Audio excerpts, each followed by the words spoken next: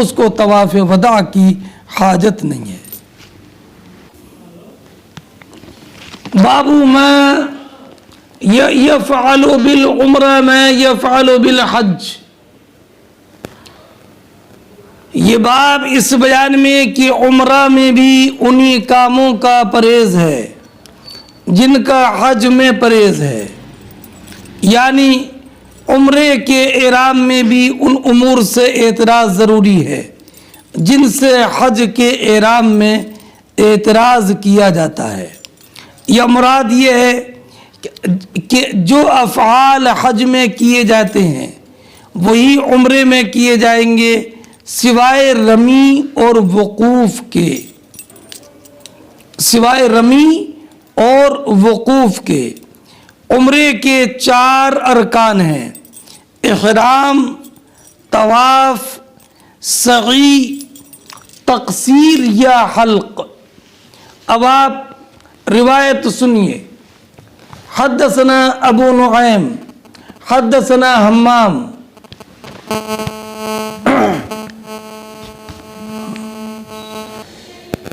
حدثنا عطاء حدثني صفوان بن يعلى ابن أمية عن أبيه أن رجلا أتى النبي صلى الله عليه وسلم وهو بالجعرانة وعليه جبة وعليه أثر الخلوق او قال صفرا۔ فرماتے ہیں حضرت یعلا ابن امیہ کہ ایک شخص نبی کریم صلی اللہ تعالی علیہ وسلم کی خدمت میں حاضر ہوئے۔ اس وقت نبی اکرم علیہ السلام مقام جعرانہ میں تھے۔ وعلی جبہ، اس شخص نے ایک جبہ پہن رکھا تھا، اس وعلیہ اثر الخلوق، اس پر خوشبو کا اثر تھا، یا یہ کہا کہ اس پر زرد رنگ لگا تھا۔ تو اس شخص نے کہا کیف تأمرنی ان اصنع فی عمرتی، یا رسول اللہ آپ مجھے کیا ہدایت دیتے ہیں، میں عمرے میں کیا کروں؟ فانزل اللہ تعالی، تو اللہ رب العزت جل جلالہ نے اپنے پیارے حبیب صلی اللہ تعالی علیہ وسلم پر وحی نازل فرمائی۔ کون سی وحی؟ اتم الحج والعمرۃ للہ، کہ اللہ رب العزت جل جلالہ نے حج اور عمرے کو پورا کرنے کا حکم دیا ہے، تو تم اپنے عمرے کو پورا کرو، پورا کرو، یہ حکم نازل ہوا۔ فَسُتِرَ بِثَوْبٍ، تو نبی کریم علیہ السلام کو ایک کپڑے سے ڈھانک دیا گیا۔ وَوَدِدْتُ أَنِّي قَدْ رَأَيْتُ النَّبِيَّ صلی اللہ علیہ وسلم، اور میری یہ خواہش تھی کہ میں نبی اکرم علیہ السلام کو اس حالت میں دیکھوں کہ حضور پر وحی نازل ہو رہی ہو۔ قال عمر تعال، تو حضرت عمر رضی اللہ تعالی عنہ نے مجھ سے فرمایا تم آ گیا ہو۔ ایسرک ان تنظر الی النبی صلی اللہ علیہ وسلم، کیا تم یہ پسند کرتے ہو کہ نبی کریم علیہ السلام کو اس حالت میں دیکھو؟ وقد انزل اللہ علیہ الوحی، جبکہ آپ پر اللہ تبارک و تعالی نہیں وحی نازل فرما رہا ہو۔ قلت نعم، تو میں نے کہا کہ ہاں۔ فرفع طرف الثوب، تو حضرت عمر نے کپڑے کا کونا اٹھایا۔ فنظرت الیہ، تو میں نے نبی کریم صلی اللہ تعالی علیہ وسلم کی طرف دیکھا۔ لہو غطیط، آپ خراٹے لے رہے تھے، اور میرا گمان یہ ہے کہ انہوں نے یہ بھی کہا کہ کا غطیط البکری، کا غطیط البکری،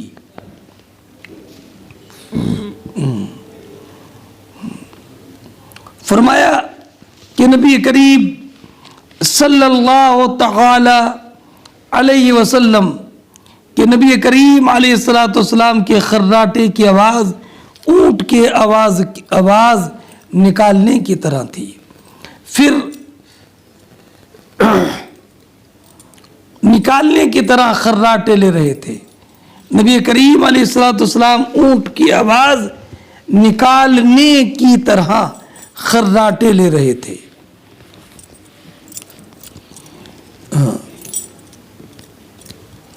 فلما سری عنہ، جب آپ کی یہ کیفیت ختم ہوئی، قلت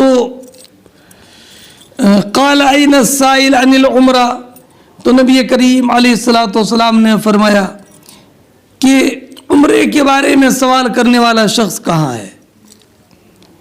تو آپ نے انہیں حکم فرمایا اخلع عنک الجبہ، اب تم اپنے سے جبہ اتارو، واغسل اثر الخلوق، اور خوشبو کے اثر کو اپنے آپ سے دھو لو، وانق الصفرہ، اور زرد رنگ کو صاف کر لو، واصنع فی عمرتک کما تصنع فی حجتک، اور پھر تم اپنی عمرہ میں وہی کرو جو کہ تم اپنے حج میں کرتے ہو. یہی محل ترجمہ ہے.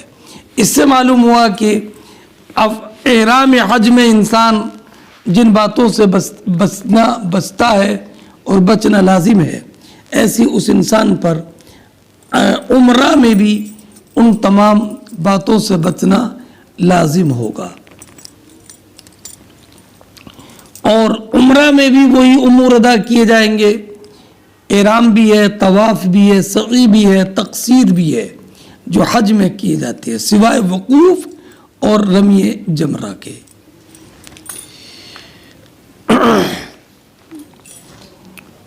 یہ حدیث پہلے بھی گزر چکی ہے، حدیث نمبر 1536 میں.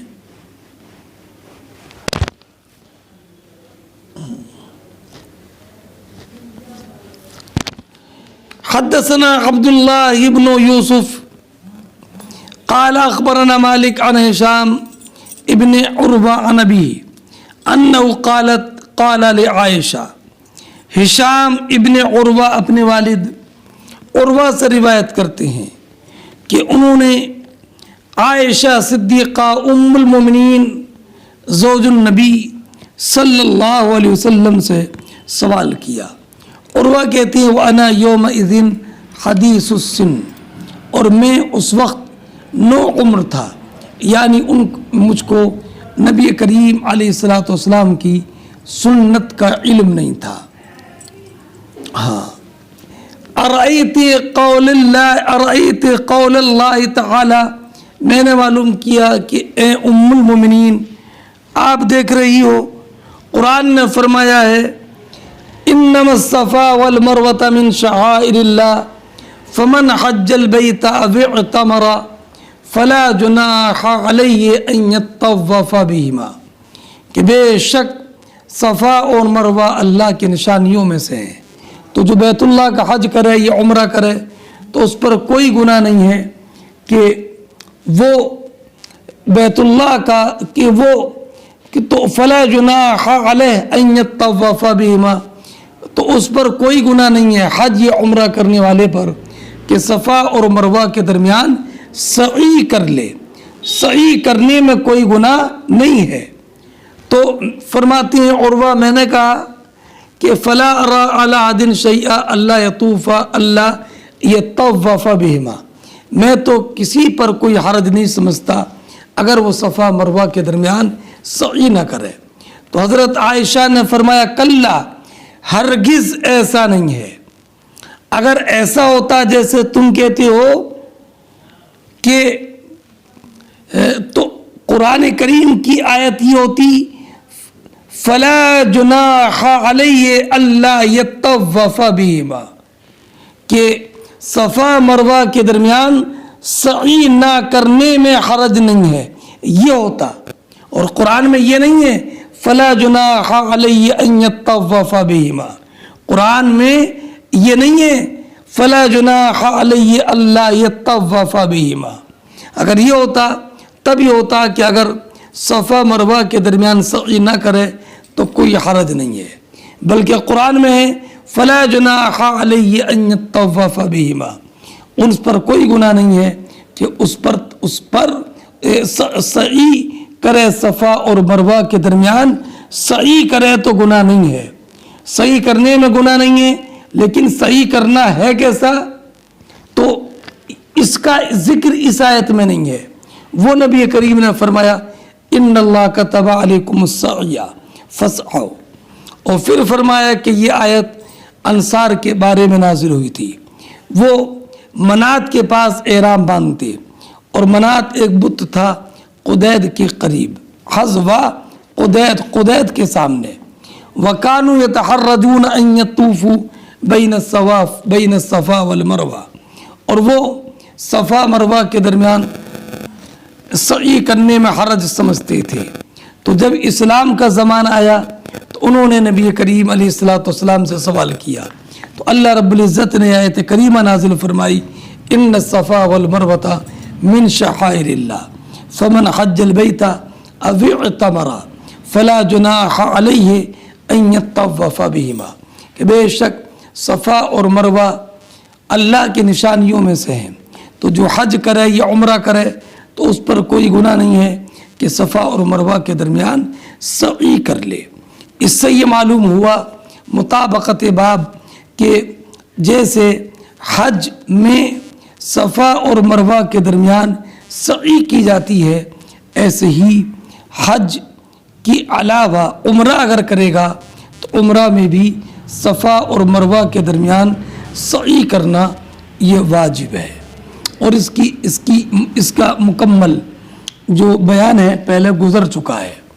فرماتے ہیں زادہ سفیان و ابو معاویہ عن ہشام ما اتم اللہ حج امرئ ولا عمرتہ ما لم یطف بین الصفا والمروہ۔ فرماتے ہیں سفیان ابن عیینہ اور ابو معاویہ محمد بن خازم نے ہشام ابن عروہ سے جو روایت کی ہے، اور ہشام ابن عروہ نے اپنے والد عروہ سے، انہوں نے عائشہ سے، اس میں یہ اور زیادہ ہے کہ اللہ رب العزت نے اس انسان کا حج اور عمرہ تام نہیں فرمایا اس وقت تک جب تک کہ وہ صفا اور مروہ کے درمیان سعی نہ کر لے، یعنی حج و عمرہ کی جو تمامیت ہے اور اس کا جو اتمام ہے وہ صفا اور مروہ کے درمیان سعی کرنے پر ہے، صفا اور مروہ کے درمیان سعی کرنے پر ہے۔ چنانچہ ہشام ابن عروہ کی ایک روایت میں جو ابی معاویہ سے ہے وہ یہ ہے کہ حضرت عروہ نے کہا کہ میں نے حضرت عائشہ سے یہ کہا کہ میرا یہ گمان ہے کہ اگر ایک شخص نے صفا اور مروہ کے درمیان سعی نہ کی تو اس پر کوئی حرج نہیں ہے۔ تو ام المومنین نے فرمایا لما قلتا، تم یہ بات کہاں سے کہہ رہے ہو؟ تو انہوں نے کہا کہ اللہ رب العزت نے فرمایا ان الصفا والمروہ من شعائر اللہ فمن حج البیت او اعتمر فلا جناح علیہ ان یطوف بہما۔ تو اس کے جواب میں ام المومنین نے فرمایا ما تم اللہ حج امرئ ولا عمرتہ لم یطف بین الصفا والمروہ الی آخر۔